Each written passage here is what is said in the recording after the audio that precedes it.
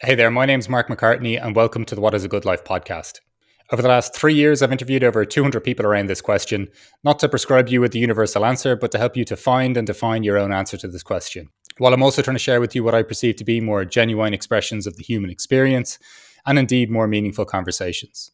Which brings us to this week and the 71st episode of the What is a Good Life podcast. I'm delighted to introduce Mariana Louis as our guest. Mariana is a professional tarot counsellor, scholar, and creator of Persephone's Sister, a platform for psycho-spiritual education and guidance. Following her academic study of analytical psychology and Western intellectual traditions, Mariana integrated her scholarship into her developing expertise in the tarot and formulated an approach she calls Archetypal Tarot.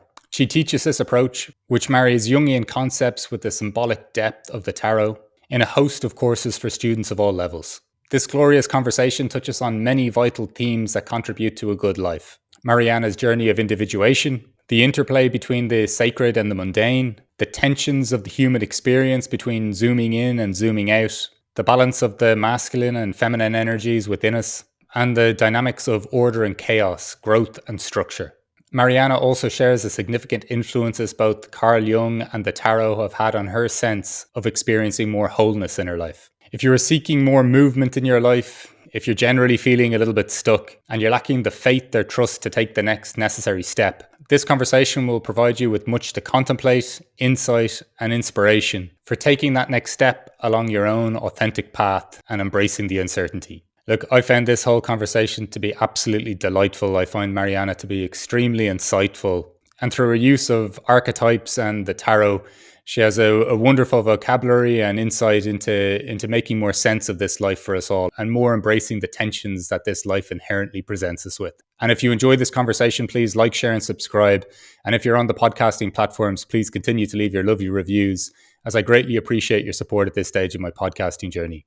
And please see the show notes below if you'd like to check out more of Mariana's work, whether that's her Instagram page, her YouTube, or her website. I've personally taken a lot from her YouTube page, so I can definitely recommend that as well. And please also see the notes if you'd like to follow the newsletter that accompanies this podcast, if you'd like to hear more of my insights or reflections on the conversations that you're listening to. So having said all that, I shall leave you for this week and look forward to carrying on the conversation with you next week. And without further ado, the 71st episode of the What is a Good Life podcast. Mariana, thank you so much for joining me today on the What is a Good Life podcast. As I've just mentioned to you there in our little pre-chat, after a friend had done some work with you and I've watched a number of your videos on YouTube as well, I've been really looking forward to having this conversation with you today. Yeah, thank you for having me. I'm really excited to be here. I listened to the podcast and it's really delightful. It's so deep and intriguing, and I just love these kinds of projects. So I'm really happy to be here. Wonderful. Well, then, as you know, the first question that I start with is the question of, is there a question you're trying to answer as you move through life? Yeah, I thought about it in advance. I was like, whoa, that takes some thought, huh? I think that for me, the question I've always held is, how does one live side by side with an idea of God? And that's kind of always been a thing that I followed in life without really knowing it. So I still struggle with that, and I'm inspired by that at the same time every day, I would say, probably. Do you know, that's one of the most beautiful questions I've heard in all these interviews that I've done. Can you elaborate on what that means to you? Yeah, I think that, I think today a lot of people are scared of the idea of God because we're post-structured religion in some ways, and there's just this weight around the word. And I grew up raised Catholic, and so I was very much indoctrinated into like, this is what God looks like, and God is a comfortable word for you. And I kind of had this interesting path around Catholicism back into Catholicism because I was raised that way but never really cared. And then my grandfather was an armchair theologian, and I sort of found his books and his studies, and I was like, oh, this is interesting. And so I just sort of started contemplating, like, what does it mean? What is God? What is it? Like, what does it mean to experience it and think about it? And so I became very, like, at an early age, fascinated with, well, how do you live with it? Like, how do you live with this idea as a real present idea and actually entertain that idea? And I've certainly moved past Christianity at this point. I still have my groundings in it, and I didn't throw out the baby with the bathwater. There's many things I still appreciate about that tradition, but I've developed a very different kind of spirituality at this point in my life. But I still really, really believe that there's this idea of the numinous. This is what Carl Jung would call like the numinous experience, right? That is in some way the God image, the God experience. And how do you live every day without forgetting about it and holding it with you and living in some way directed by it or questioning it or just aware of it? And that's how I try to live my life, at least. So how do you do that? I don't know. I'm trying to figure it out all the time. So that's my question, I guess, that I'm always thinking about. I don't even know where to go. There's just something so gorgeous about the idea of from how, like, I have a similar experience to you. Raised a Catholic, left. I don't think you can actually leave, apparently, but it left in terms of how I haven't been present. But there's it boggles my mind that for people that are following a faith, that this isn't something more present, or that there isn't more of an inquiry or an experiment or a returning to, a noticing, an awareness, a presence. Like, because I think this is, there's something so beautiful about the idea of deliberately giving this attention as you move through your day. Could you give me a sense of kind of what that looks like for you, or what that's developed into? Yeah, it was interesting. I think that it was easier for me as a young person. I think it's always easier to be spiritual as a young person, strangely. But I when I had that kind of like connection or commitment to Catholicism, I was like 12, 13, and I was like, I'm really going to do this thing. I was going to be a nun, and it's going to be the whole thing. I was really committed.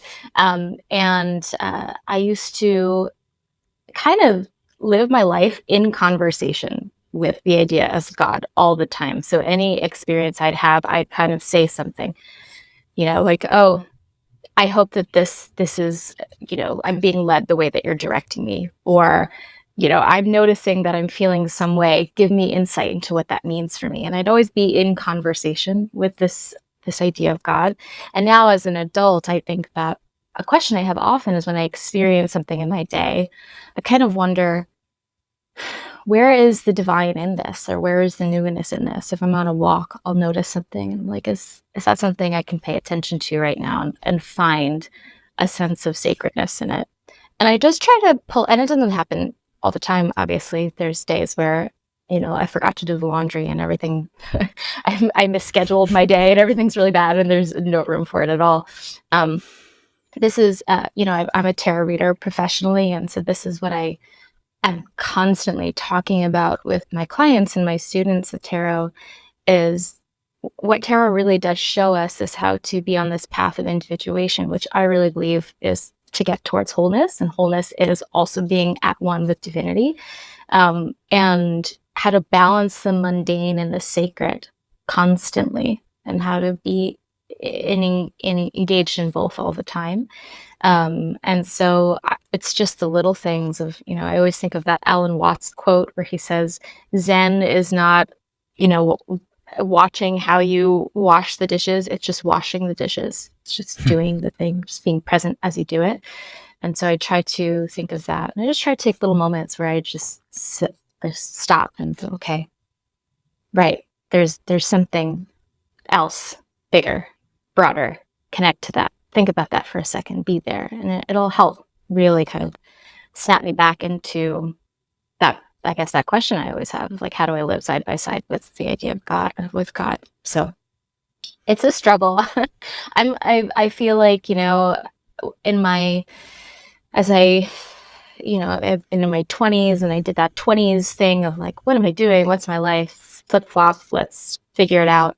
I found it really hard to stay connected to a central idea of divinity. So last like 4 or 5 years for me have been recentering. Like, what does that really, really mean for me? So I'm still very much in that process of returning to my roots in some ways, which has been exciting. I've like, started my study of the Gnostic Gospels and stuff like that, and trying to find other pathways in. And then also just what does it feel like, the idea of a personal God, and how do I reconnect to those things?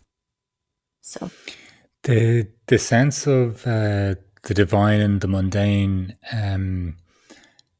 there's something beautiful in that comes up for me in terms of almost the interplay between the shifting of what could be considered mundane becoming divine, just with our sheer just noticing or our attention. There's something really beautiful or dynamic, I think, in that not even just in labeling them as that, but even just in our experience. Because as you're right, absolutely. like I could tell you about a coffee I had earlier where I just watched the swirling petals in the wind and it was divine, right? But then, as you say, there's days where my equivalent of not doing the laundry or whatever it could be, right. It doesn't feel very present then either. But there is something really dynamic about that, I think.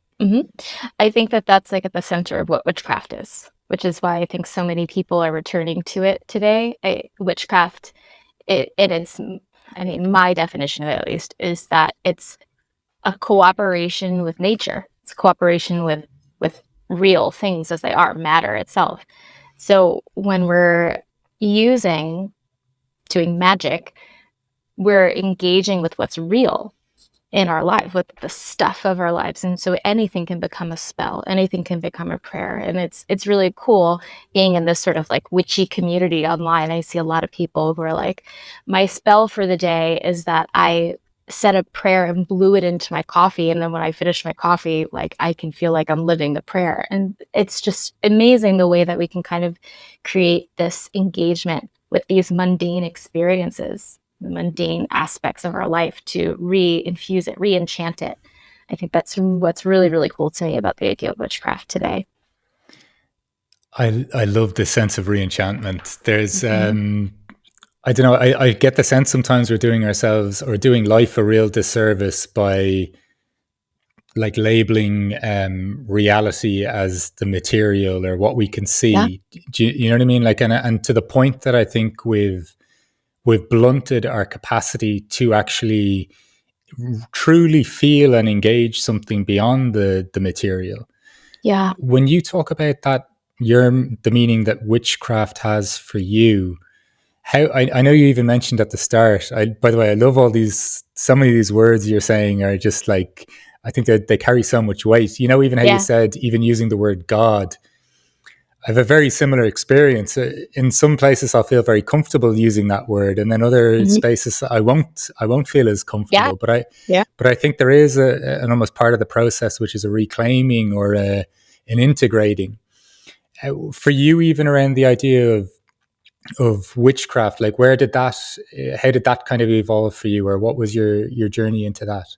Yeah, I think that it's funny. So I was a Catholic, and then I worked in the Catholic Church for about 10 years.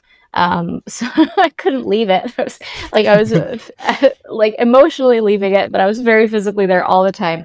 I was a singer. I led the worship, the song. So I was like very active participant in the mass and everything. And so I was constantly in this battle of like, there's something missing. And the thing that kept feeling like it was missing was the feminine. And I was like, it's so, and I even remember we did a mass where the priest happened to be very like Italian American. So he's like all about Mary. They tend to really love Mary. And the organist who I was working with turned to me and he's like, I hate when they talk about Mary in mass because she is technically not a deity. She's like just barely a saint. Like he was very against her. And I remember my response being like, yeah, you're right. And I like afterwards, like, why did I have that response, this instant response of like trying to pull down Mary as a goddess or a goddess figure? And so I found tarot and I found other stuff, started thinking about Jung and started experimenting with divination and the I Ching and these sorts of things. And I was just very interested in that. And then I went and got my I got a degree, master's degree in Western intellectual traditions, which is a very fancy way of saying just like whatever I wanted to study, or I like. And so Doesn't sound as impressive. yeah, a little bit of this, a little bit of that. And I studied very much the kind of traditions of the feminine, archetypal feminine, and how it changed. And that, of course, there's a big pathway into the idea of the witch, the archetype of the witch there. So I spent a lot of time contemplating the denigration of the feminine. And through that and reading a lot of books about that, I found, oh yeah, like witchcraft is really being reclaimed now. And it's a way of people reconnecting to the feminine as a goddess figure, as an archetype, a numinous archetype, a spiritual archetype in its own right. And there's not really religions for that today that are easily inaccessible and like feel prepared for us yet. It's really just witchcraft is kind of the way in to that, where people are constantly thinking about how do I work with the divine feminine, and that's really where it's centered. So that's kind of how I got into it and explored it, and I've stayed on the fringes of it because I'm never going to have a grimoire. I'm not going to go all in. It's not really my thing, but I can adapt a lot of the ideas of it into my own spirituality, and so I like to use the word, but I don't claim it full force all the time. But yeah, I think that's kind of my pathway into that, and I'm still very much contemplating where is the duality of God for me in this idea of father that I've always held, being a Christian, raised Christian, and then the mother, which was lost somewhere in the real power it actually holds for us archetypally. So that's like, I'm always thinking about that constantly and trying to reclaim that for myself. It's been harder than I thought it would be. There's like an archetypal block to like really taking that in, which is interesting. Yeah, could you say more about that? Yeah. I'll just leave it at that because I think, yeah. So I did in my master's work. A lot of my my thesis work was around how the archetype of the feminine, when patriarchy kind of became a thing in the world, thousands of years ago. The main way that it entered was not only through the social and political and domestic, subjugation of women. It was through the spiritual subjugation, the sacred subjugation. And so all the goddesses that had real power of the time were kind of corrupted or kind of pushed out. We don't really have as many stories about them. And I really think that we've lost this, or it's been repressed, this natural understanding of the sacred, like capital M mother, the way that we have the capital F father in Christianity and all these other Judeo-Christian religions. We don't have that same connection because it's been part of this like great patriarchal shadow that we've carried for thousands of years now. And so I think that there is a natural barrier for a lot of people to actually connect to it. There's still this kind of like we think of like the priestess archetype. We think of a priest, we think of the Pope. It has a lot of austerity and power behind it, right? We think of the priestess, we think of like ladies in white dresses on the beach banging a drum, and it's kind of like a joke in our head. We don't have that like real sincere archetype that we think is powerful and meaningful and moving. And so that's been a lot of my own journey, is like, how do we actually reclaim it? Like, where do we get back to it? And that's really exciting. In the Jungian community, there's been so much literature about this idea of like reclaiming that feminine. And Jung himself even said a few times that he believed that this is one of the greatest kind of, wounds of mankind at this point, is that we lost that connection to what is the mother, right? What is the goddess for us? And it's hard sometimes for us to connect to, and you kind of still like push it down, laugh at it a little bit, feel a little bit uncomfortable with it, which me too. And I'm like, why? I want to, and yet I still try to connect to it. I'm like, there's a discomfort. I don't know how exactly you have to connect to this organically. But I have faith that I'll get there. And that's like what I'm trying to figure out. What does that really, really feel like? When you feel like you're getting closer to it, or even if you have glimpses or experience of it, when it does feel, I don't know, not even integrated, but there's some interplay with it. Like, what are some of the differences in what you you either notice or experience about, Yeah. like, or feel in your experience of life? I feel like there's an experience of being embraced and loved with the feminine, the idea of the feminine, in a way that is not as easy to connect to with the idea of the father god and the masculine. I think that's one of the reasons why Jesus is such a popular archetype, because he's kind of bridged both. He's kind of stood in between them and said, I can kind of be a little bit of both here for you. And I think that there's this feeling of like the image, the symbol of like the womb and the gestating space where we can exist and grow. And there's room to do that, and there's time to do that. That's one of the things I really deeply connect with that when I do feel like I'm connected to it. And whereas with the God as a child, thinking about that father image, it was more like there's order and there's a plan and there's guidance and like, okay, here we go. And I can feel structured. There's more room to be free in connection with the feminine and to know that everything is already, there's like a presence, like an immediate presence in the moment that I think that archetype kind of connects us more to. That's I think that's beautifully captured. Like, I love the sense of almost our relationship with time or with outcome or with unknown. Yeah. From my experience, like, I think up until my 30s, I didn't have any kind of a emotional vocabulary, I don't think, or even a willingness to explore it all that often. But the way you described that there's so many things like that of that nature that I've just said are coming up for me, in the sense of, it's like feeling love without it being attached to an outcome or an expectation. Yeah. This is one of the reasons I love the tarot so much, because it shows us these archetypes. And so we have in the tarot, cards 3 and 4 are the Empress and the Emperor. And actually the cards 1 through 6 kind of show us this breakdown of like the father god and the mother god in different ways, in my opinion. And you see the Empress and Emperor be the kind of loving mother, and the Emperor being the like ordered father. And so these two archetypes show us this split between, the way I like to think of it, as nature and order. Nature is completely in a state of growth all the time, and it's very present with itself. It's not about outcomes. It's just about being in that state of development.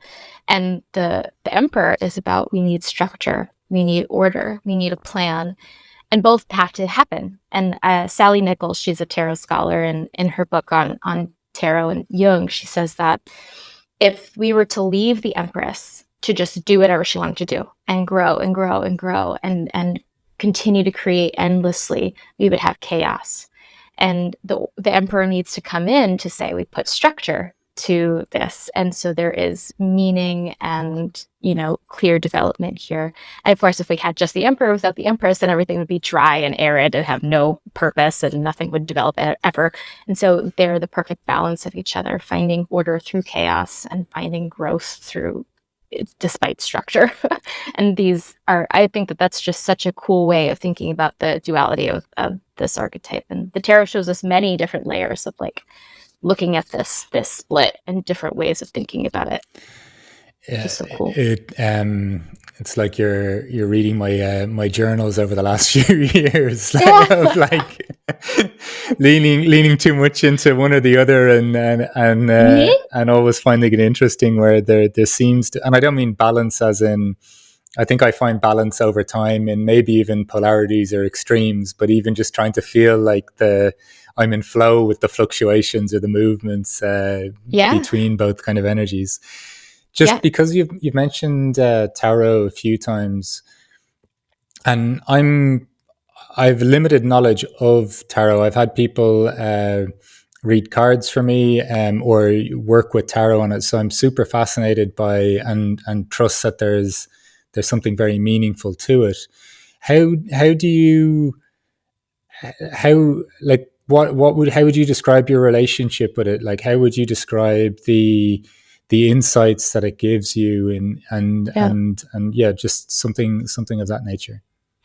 It's a really good question. I think that the tarot, there's a lot of misconceptions about what the tarot is, and it's a lot of people think, oh, it's like some Egyptian mysticism or whatever. It's actually just a deck of cards created by Italian nobility to show off how wealthy they were, that they could commission these very beautiful decks of cards in the 15th century. The mystery around them is that we have like the normal playing cards, like we have the 10 of wands and the 4 of swords and whatever. We have that still today. But then there's these 22 major arcana, these 22 pictured cards, these archetypal cards that have really stumped people. Where did they come from? Why were they added? What was the purpose? And I think that there is, when you look at the images that are chosen, and they've become standardized, over time, over like a course of a century, they kind of became standardized with what was included. They show this very interesting like story. And so many people have looked at this story, these 22 cards, and said, this is the story of becoming. I mean, that's what it is. It's the story of how we become a whole self. And so I very much have, when I started reading the tarot, it was just for fun to see like, oh, this is a cool thing to try out. And I really have always loved what Jung's study of synchronicity and divination, and the idea of how matter can correspond with what's active in the psyche. Mariana Louis M.A has something very interesting to say. She's a well-known Jungian, and she has a book called On Synchronicity and Divination. And she says that when you're working with divination, what's kind of happening under the surface is that whatever archetype is constellated in you, so whatever is active in you in some way in the psyche, it will synchronistically somehow connect with whatever divination medium you're using, and the archetypal load, so the power, the dynamism of the archetype will be then expressed through whatever you're using. I think that is what I believe very much about the tarot. So when we're pulling cards, it's connecting the archetypes that are active in us, constellated in us, and presenting a pattern of reading it. We don't always get it, just like the struggle, but it's there. And so I think that the way I like to think about using the tarot is these major arcana plug us into what point of this archetypal journey are we on in our greater individuation, which is spiralytic and cyclical, and it's not linear, doesn't like go from point A to point B. Of course, we're spinning around all the time. And then the minor arcana, the more everyday cards that we pull, show us kind of how we're experiencing life and how we're experiencing these archetypal patterns in a more mundane way. And like, how do we work with that? How do we understand that? How do we find a greater sense of emotional depth, or, manage how we're intellectualizing what's going on and these sorts of things. So it's a fantastic tool to plug us into like, how do we live right now? And Mary Greer is a very well-known tarot scholar as well. And she says tarot's one of its best functions is to take us out of the little story and put us immediately into the big story, just in an instant. And that's exactly what I like to do with it. Think, okay, yeah, like I'm having a fight with my coworker or whatever, but what's the big story? And we can zoom way out and see, oh, I have the Chariot. This is about me actually like asserting my ego self, right? And struggling to know what that is. And I see the Six of Swords, and it's telling me, having a new perspective how to approach the problem here is the answer I need, and I keep trying the same old thing, doesn't work. And so, it can give us this way of rethinking things and understanding things on this deeper archetypal level that's just so extraordinary to me. I'm very, very lucky that I stumbled upon it, and that I just had I was on a yoga retreat just for fun, and someone was like, hey, you want a reading? I was like, sure, I've never had one. Right. And sure enough, I was like, oh my God, that's a thing I should look into. So it was very synchronistic, my discovery. But yeah. That's kind of a gorgeous idea, with the sense of divination and a connection with matter. Yes. That's I don't know, there's something about that just it's like there's something so beautiful about a fixed image on a card that looks like that, or that feels like that, and that there's an aliveness to it, or that there's a connection with aliveness and like a real relationship occurring with Yeah. something that we may not attribute aliveness to. Yeah, and you said it beautifully. It's about the relationship that we discover with the thing, and allowing it to be a symbol of something that's already alive within us. I think that's where a lot of people get stuck around the tarot, is because they want it to have a straight one-to-one meaning. They want it to say, okay, we pulled this card, that means do this, or that means this is what's going on. And when we think of it that way, we lose the ability to be in relationship with something very much alive within ourselves that has probably a more complex meaning, a more personal meaning, a more nuanced meaning. And so that's how we really learn to work with this tool, is to be in relationship with it, or to listen to it and know how to explore it, and follow the kind of things that, like, Jung himself set up. How do we follow associations and amplify this and work with symbols and all of that stuff to get to something truer? And so that's, I teach tarot, and so that's very much what I'm always trying to like drill into my students, like, build relationship all the time. Yeah.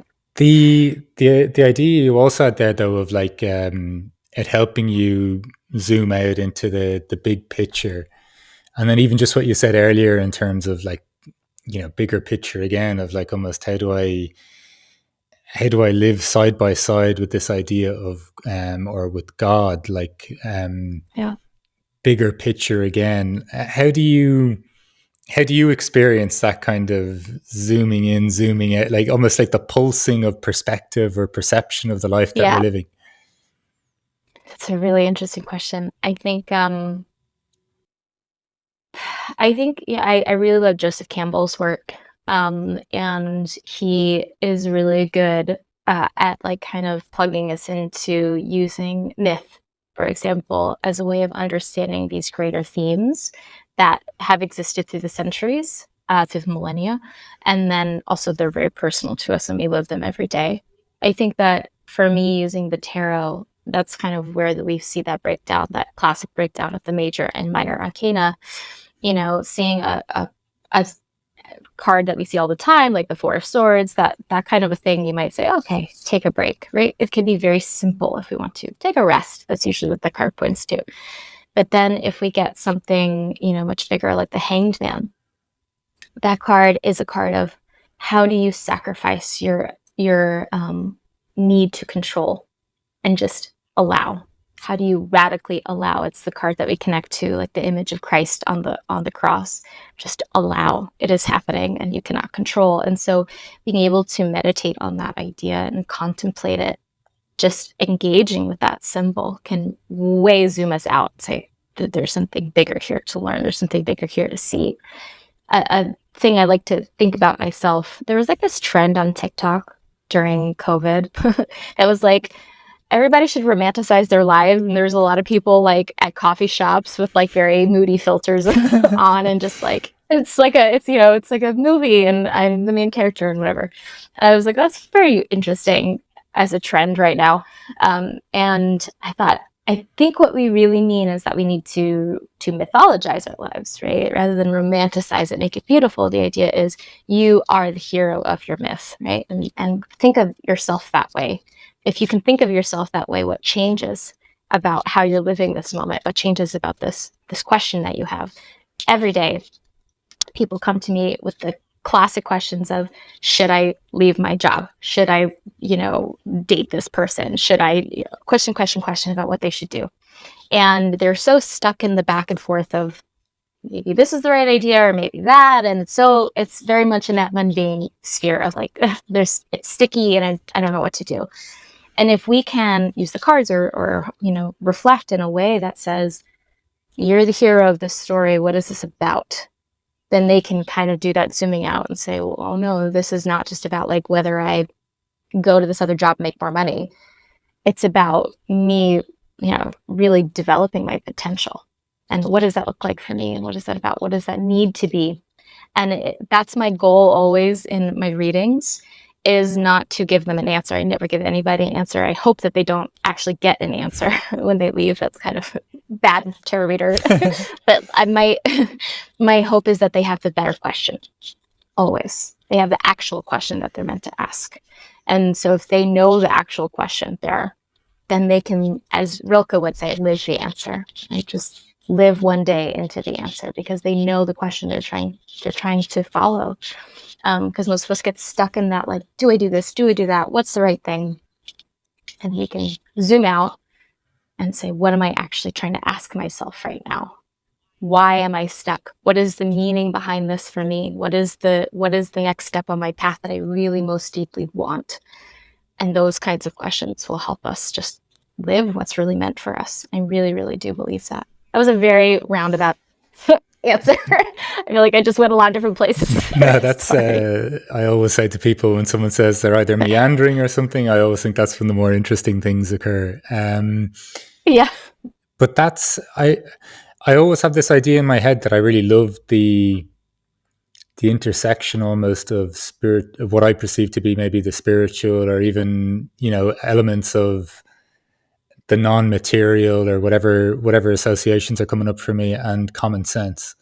And yeah, what you're describing there, irrespective of what I was first hearing around, like, the sense of like a relationship with a card or something alive in it, it's just, it seems like it's such a beautiful tool or method for just sense making, meaning making, inquiry.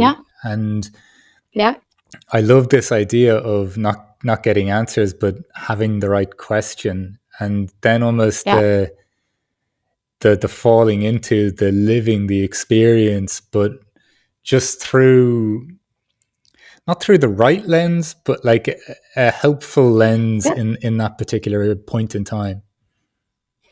Yeah, it's the card in the tarot that we connect to, like we always drown ourselves back in, is the Fool card. It's the card in the major arcana that is number 0, because they're all numbered 1 through 21, and there's just one that is 0. And the idea of the 0 card is that it's always and everywhere, and never, we can't locate it at any singular point.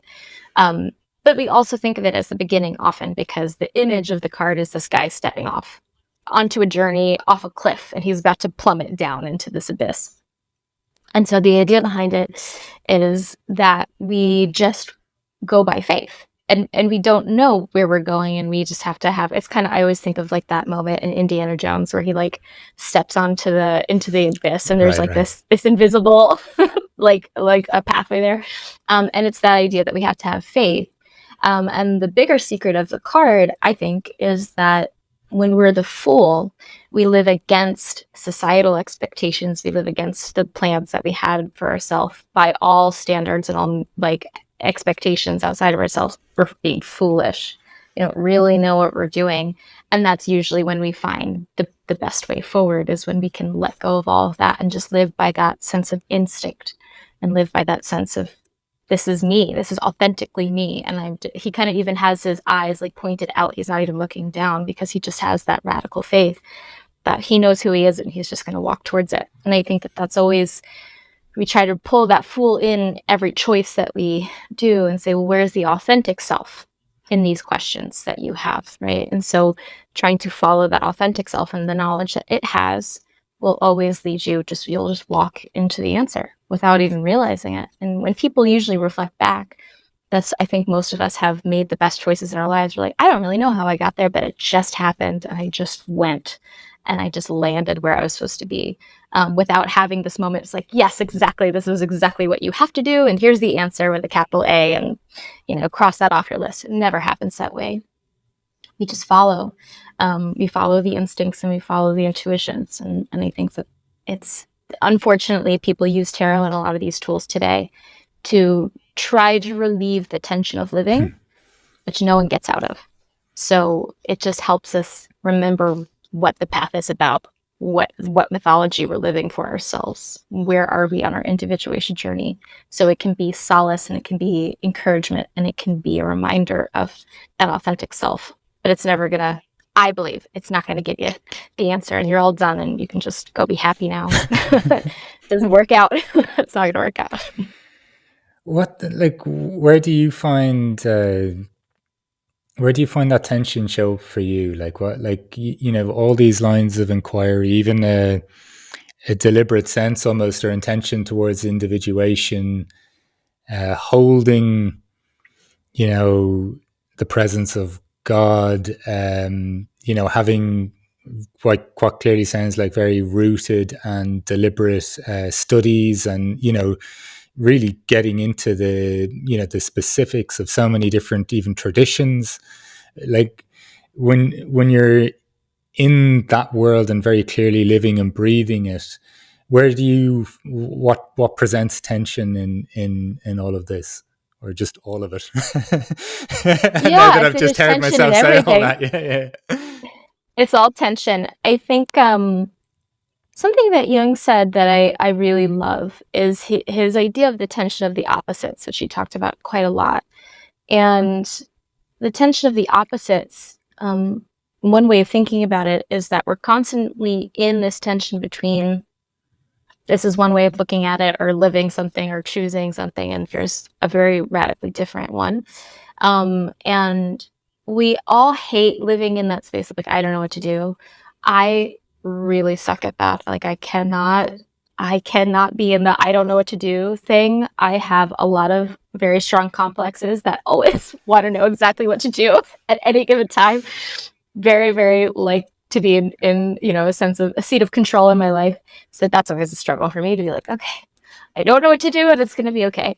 But to hold that tension, he said that to hold the tension, we're waiting for a symbol to appear.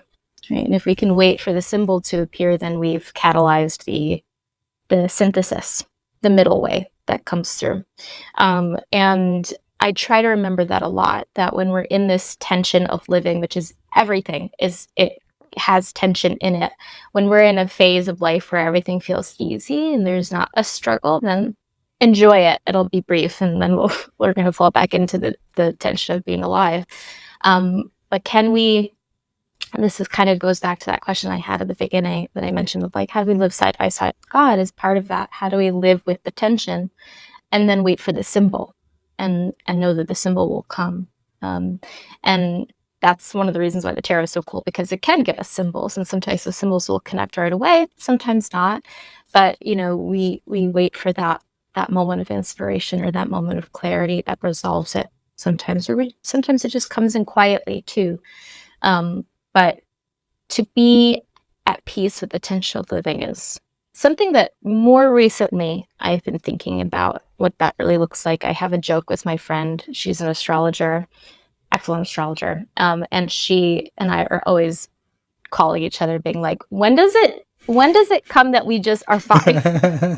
When does that happen when we're just like, things are okay, we're chill, everything's all right, like we're just sailing? Because it's always like, oh, something broke, and then this thing happened, and then got into a fight with my mom, and then like all the things are going on all the time, and we're just always like, when do we just get at peace?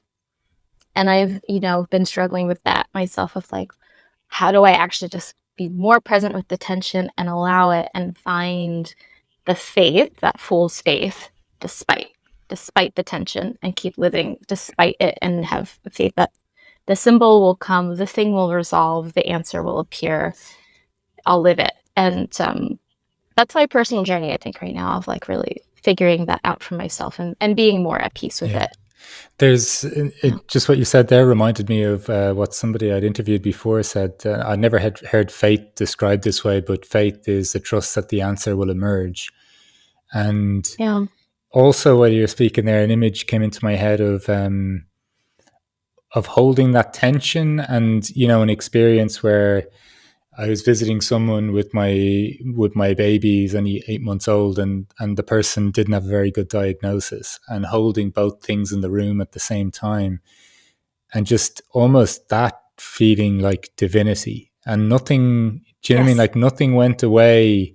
Like one thing didn't cancel out the other thing, but even just Yeah. the capacity to hold both or acknowledge the presence of both almost was not a gateway to give to divinity. That almost sounds like a like it's not there, or it's not around us all the time, but I don't know, it just felt like a very pointed access to something or experience of something. Yeah, I think that's absolutely beautiful. I think that is something that I very much believe in, is that when we can hold the both, both, and that's the closest we get to the being one with God. I think that, you know, some of the most mystical, powerful moments, sacred, spiritual moments that I've had in my life have been when I am most unsure about where I'm going to be, where I'm going to land, if I'm going to be okay. And then there'll be something that sneaks in that's like, but whatever, you're alive right now. And then I'll be like, okay, yes. And then you have that like wash of like, oh gosh, this is what it's like to live side by side with God, like right now. Like I can feel that. And I think that those are the most powerful moments, when we're not happy and everything's perfect, but when we feel the strife and suffering of living, and it's allowed, and there's grace in it still. And I think that that's something that's very, very moving to me. Yeah, it's a very, very beautiful image. Just because I've heard you mention this, I think on one of your videos before, where you're just alluding to very strong, clear senses of, or experiences of God, or you know, there's an old video, I think, of Jung towards the end of his life, a BBC interview where they asked him again, "Do you believe in God?" And he responds, I know God." Mm-hmm.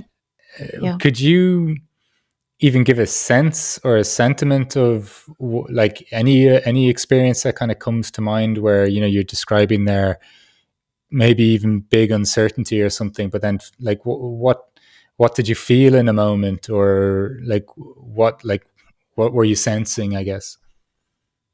Yeah. I think I love that. I love that interview with him. It's Yeah. so good. Yeah. I think I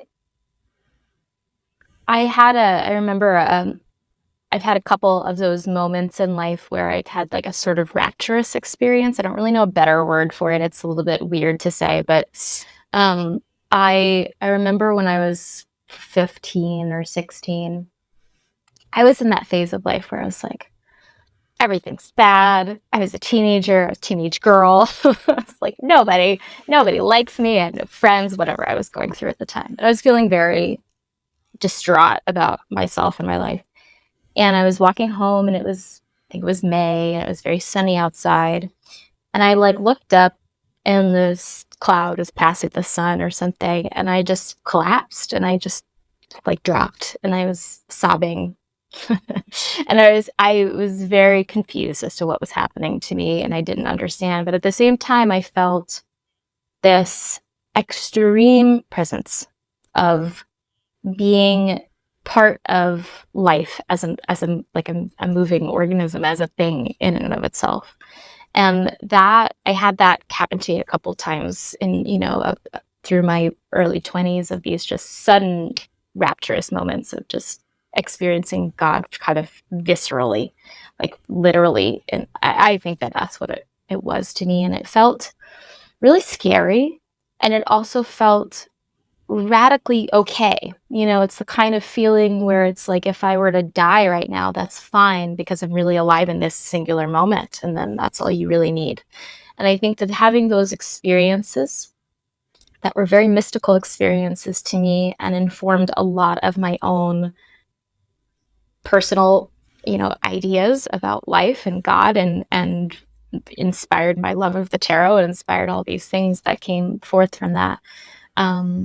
I think that when you have a feeling like that in your body, you don't ever forget it, and it is behind everything else. And I've also had a lot of these little synchronicities where, you know, I've had certain things just kind of fall into a pattern that couldn't be explained anyway.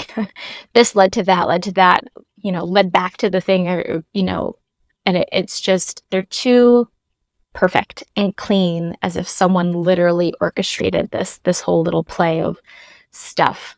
And I think that those kinds of things just feel, I don't know, they just feel very, very real, and you can't kind of forget them as time goes on. So I've been lucky in that I've had I guess I've been lucky. I don't know. They've been very meaningful to me, that I've had those experiences, and very formative, for sure. it's kind of fascinating though, isn't it? Like when, like I've had an experience. Ironically, although I said I haven't been a practicing Catholic, ironically it occurred in a church around the corner from me in Berlin, where I was lighting a candle for a relative who was terminally ill and was a devout Catholic, and but like really showed up in that space, like in the embodiment of the message of it, if you know what I mean. So for them, I wanted to send a candle and took a picture of it. And I meditated in a church, and I was left with an experience where I came home to my wife and I was both crying and laughing, saying like, what if everything I say I believe is true? do, you, Yeah. do, you, Yeah. do you know what I mean? And it's really Yeah. like I can't, and I think it's interesting that you bring in the synchronicity to it as well, because I've had moments in my life where even my head and my mind has acknowledged that this is absolutely synchronicity that I'm experiencing. This is absolutely, I'm supposed to stop at this moment and fully engage or embrace this situation. And then even afterwards, though, it's really hard to kind of integrate that into, as like, you know, if we go back to the idea of the mundane again, because why am I getting pissed off at this person about something so inconsequential when I've also experienced something else that tells me that there is just so much more going on. And I don't know if you know this guy Ramdas, but he was talking to what he perceived to be a non-embodied or non-bodied entity. And while Ramdas was in a stage of his life where he was like almost floating in the ether with the nothingness and the spirituality, or you know, the whatever way he was perceiving that at the time. And he said, Ramdas, you're in school. Why don't you take the curriculum? And so it's almost this lovely thing again of like holding the tension of what may be a bigger and larger connected reality to, you know, this not this I don't want to undermine the human experience by saying the smallness or the Mm-hmm. insignificance of some of these interpersonal relationships that can completely consume us at times as well, are really small Yeah. instances.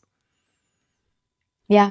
I think that something that I struggle with this a lot. I feel like that there's a kind of like holdover from Christianity where it's like anything of the material, any of these mundane daily experiences are totally irrelevant, totally don't matter. One day we're all going to heaven or we're going to hell, and like just do your best you can and repent and whatever. And it's there's that Christian idea of like the real, the embodied, the physical is all of the devil, like all of the negative side of things. It's all Sin. bad. Anything Yeah. material is bad. It's all sin. Yes. And I think that we still kind of hold that on a archetypal level of like all these stupid little things I get into are sinful, and you know, mundane is we malign it within ourselves. And I try very hard to, because I get into these things constantly. I'm a Scorpio, which to me means I'm very grumpy about a lot of things all the time. So I'm always like in this state of, that really pissed me off and whatever. And I try really hard to think like, what does it mean that this can also be part of the human experience am I to live? Because we're all living it. We can't pretend we're not all living this. This is the main experience of living, is this daily just rolling along of this stupid stuff we get into, and some exciting stuff and some fun stuff, but a lot of aggravation. And I think that the problem with society in many ways is that I think you would agree, is that we've lost connection to the divine. We've lost the numinous. It's kind of been wiped away a little bit. And so we don't have that ability to balance it as easily, but then there's people who are trying very actively to do that. And I think I really kind of think that we're of the first like few generations of people to try to figure this out. How do we post structured religion where everybody was in a religion, everything was kind of structured in this way of like, here's God and here's daily living. How do we integrate? There's a card in the tarot for this, which is the Temperance card. And the Temperance card, in it holds like 2 jugs of water or 2 vessels and is pouring water from one to the other. She has 1 foot immersed in the water and she has 1 foot on land. And she's an angel. She has angel wings. And I think that the idea is that there is a balance between living on the earth, living in the mundane, 1 foot on the land, and living in the sacred and having 1 foot in the pool, right? The holy pool of water. And so we're passing the energy back and forth between them, and we're transferring this. And the fact that she's an angel, shows that there is something holy about this work. And there's something, there's guidance that comes from this work from beyond us. We have to kind of ask sometimes.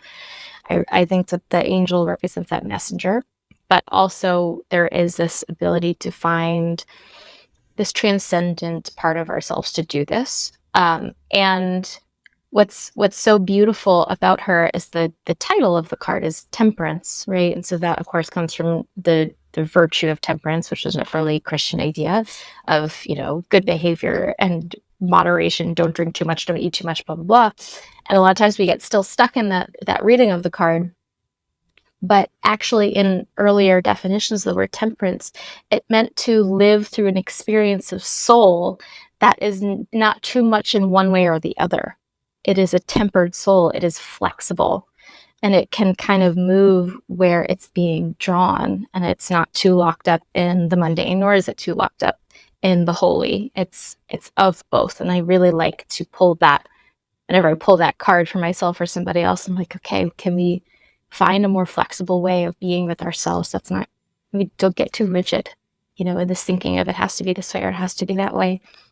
We're going to transfer it back between these vessels. We're going to be both of the earth and of the water. So it's a very beautiful message and hard to live, but the goal. Yeah, but that's, even as you were saying that, I felt like a liberation. Do you know what I mean? Like, and I do think that is where I'm allowing myself more to go to, if you know what I mean? Because I think for a long time, even when coming to things like meditation or, everything almost became like a number of years ago, it almost became more of a process that had to be done. And as you were saying, like a lot of this almost like overhang or guilt from past traditions and assuming this is the way it is. And then almost like I could do several practices in the day, but if I ended up eating junk food and watching something on YouTube or something, then it was a bad day. Do you know what I mean? And right. I have to start over again tomorrow. But there's something about like just the like it really just feel like an allowing, like, or a getting out of our way to experience wherever the energy is being drawn, and then trusting that our own inner guidance, or just by virtue of being residing in one pole, that the other pole's energy may pull us more in that direction, and just almost like that we're a vessel that like energies move through, and we're just here to experience it as well. Like while I think, I definitely think some, whether it's through tarot, whether it's through any particular tradition, just having some, as you've said a number of times, this capacity to hold this in a wider context, it kind of frees us up to experience life as it is, like this.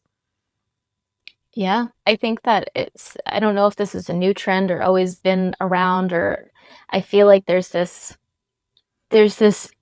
impulse to resist our nature.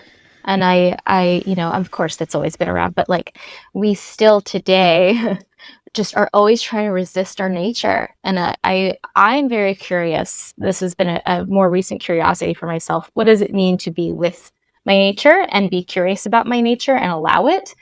And then also side by side, try to say, okay, well, how do I be slightly better? I'm very nervous about the word better, but like, how do I move closer to the vision I have for myself and my life?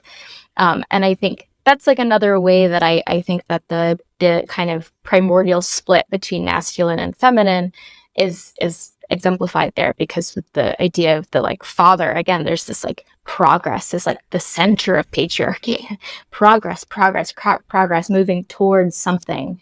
Whereas with this idea of the feminine, which is more about allowance and presence, it's progress is an idea, it's a possibility, but also there's the possibility of being centered and alive in the moment, right? And being with what is already there to explore.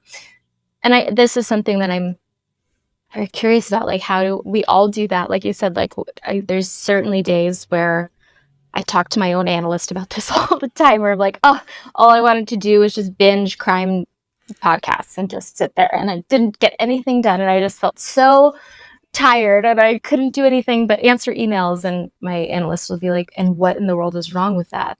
Well, because I didn't do this, and I didn't make time for all these things, and I didn't go on my walk, and I didn't, light my candles, and I didn't whatever. And she's like, but why do you have to, right? Why do you have to resist the nature that the body or the immediate experience saying, this is what I long for?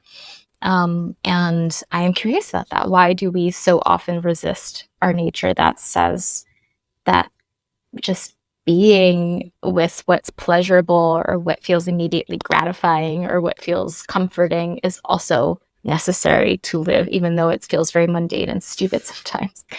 But it's part of life. And I think that there's also this idea, of course, of perfectionism all the time, just being on social media and having television now and all these things that are newer inventions, very new inventions, some of them. There's always the image of the perfect way of being. Even thinking about somebody like Ram Dass or Alan Watts, right? Like we have these idols, or these, Jung, of course, like how did they live these lives of such, they accomplished so much and they lived through such wisdom and all this stuff. And of course, you just look into their lives a little bit deeper and you find all the stupid things that we do too.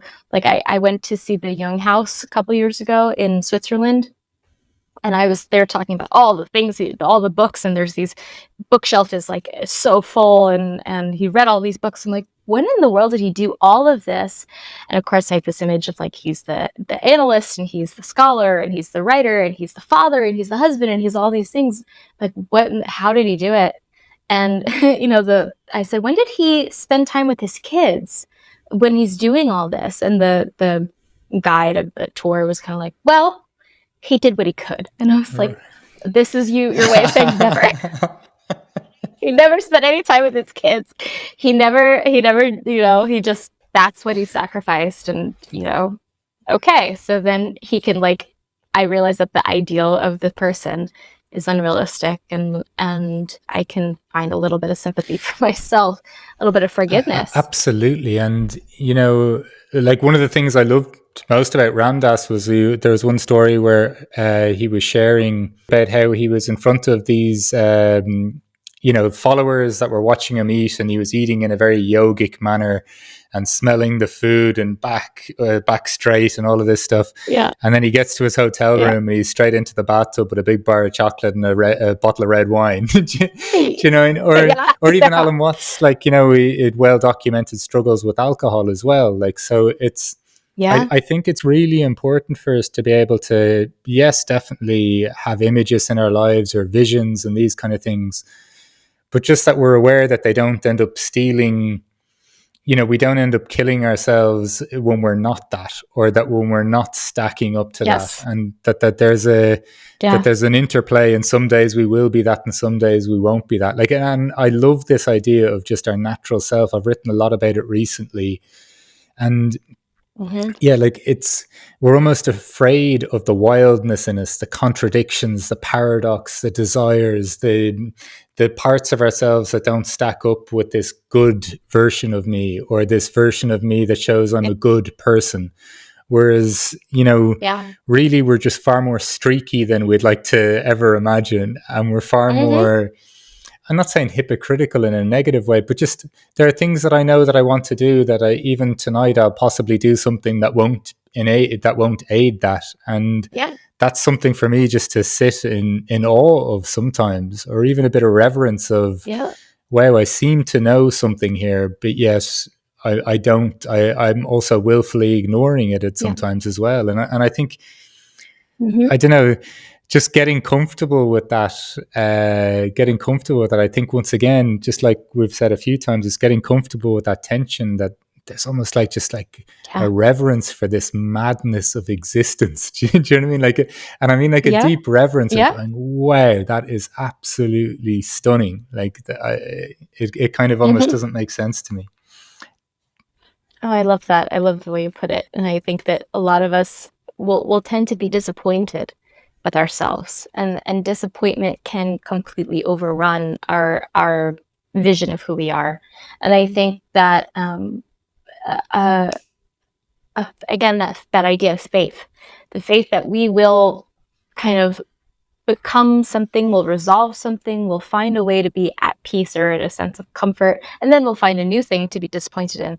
But I think, in my 20s, it's so funny because I had this very long period. I got into my Jungian analysis pretty early. I was 23, I think. And I had 5-6 years of doing nothing. I was very depressed when I first got into the analysis, which is what brought me there. And then I was an actor and a singer at the time, so I was kind of auditioning and kind of trying to do that, but didn't really want to do it. And I just spent years just like sitting. I watched Judge Judy every day. I did nothing. I just sat there and felt sorry for myself and felt very frustrated that and I told myself over and over again, you are just the kind of person that will never get anything done and never do anything. And this is proof. You just live this very mundane, stupid existence. And I was very hard on myself all the time. And of course, I also had all these very spiritual things going on in the background in my head, and questions that I was experiencing. But I was not good yet at holding the tension of, I'm struggling to find, there's mundane things that I'm struggling with, of how to get energy and how to find what I want to focus on, what work I want to do. And then also allowing this big spiritual transformation happen at the same time. I couldn't see that both were transpiring. So I was just so disappointed in myself. And lo and behold, the moment that I kind of let in that more spiritual essence and I followed it a bit more, and I made it more of my vocation at that time in my life to say, well, let's just follow this path and let's just see where's that idea of the divine want to take me? And now I live this life where I'm doing all the time, and I need the opposite. Like, I have to force myself to put on Judge Judy and sit down for an hour. And so, finding that we can change, I really do believe that we can change. And so we can't get too disappointed in our patterns, in this nature that we think is faulty, because it will shift, and we have to be present and find always that authentic center below it, and believe that the conditions of our lives, we will be able to change them, and we'll be able to move with them and learn from them. And I try to encourage my clients to do that all the time, because so many people come to me like, I can't change, I'm stuck like this. Stuckness is the key word for people today. It's like you're only don't know how to follow that libidinal energy, as Jung would have put it, that life force energy right now, but it will appear. You just have to remember, continue to ask, who am I beneath that? So I try to remind people and myself of that all the time. I think that's a beautiful reminder for people to hold in mind. And while listening to that, I almost like this lovely idea of holding the tension, almost allowing the freedom for movement from stuckness to unstuckness to potentially growth as well. And maybe even, as you pointed to throughout this conversation, the sense of like structure or place to go with that as well. Just from the opening question, when I asked you just like, what is a question you're trying to answer as you move through life, and almost this contemplation or this experience of being side by side with God, this idea of presence, and engagement with the divine and the numinous, almost the interplay between divinity and the mundanity of life.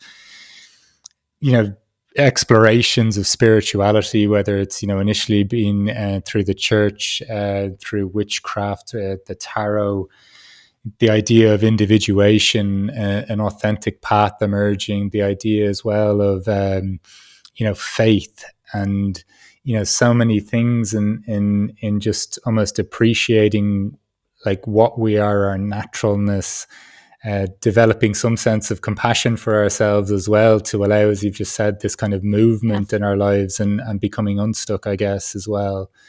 Just really curious, Mariana, to ask you the question of what is a good life for you?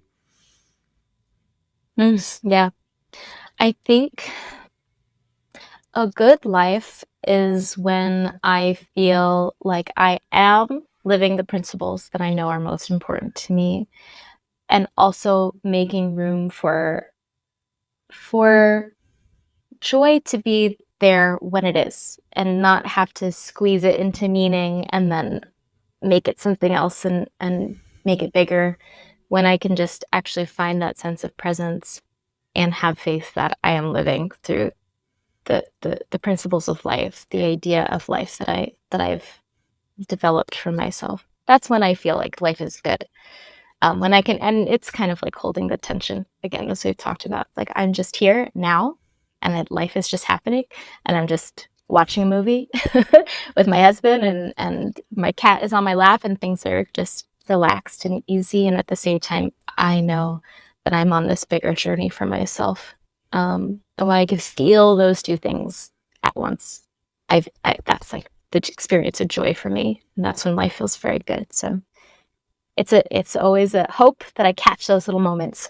It's like there's a card in the tarot for this too. It's the Ten of Cups, and everyone, it's like the card that's like rainbow, and there's the family and they're dancing, and everybody's like, I just want that because it's the happy ending card. It's like the Disney happy ending card, and it's like everything is going to be fine.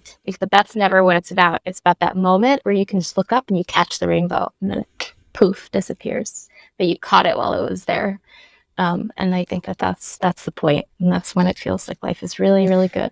That's a beautiful answer, and it's almost like an affirmation that the direction or the path or the experience that you're on is whether it's the authentic one or it's, as you say, in alignment with these principles.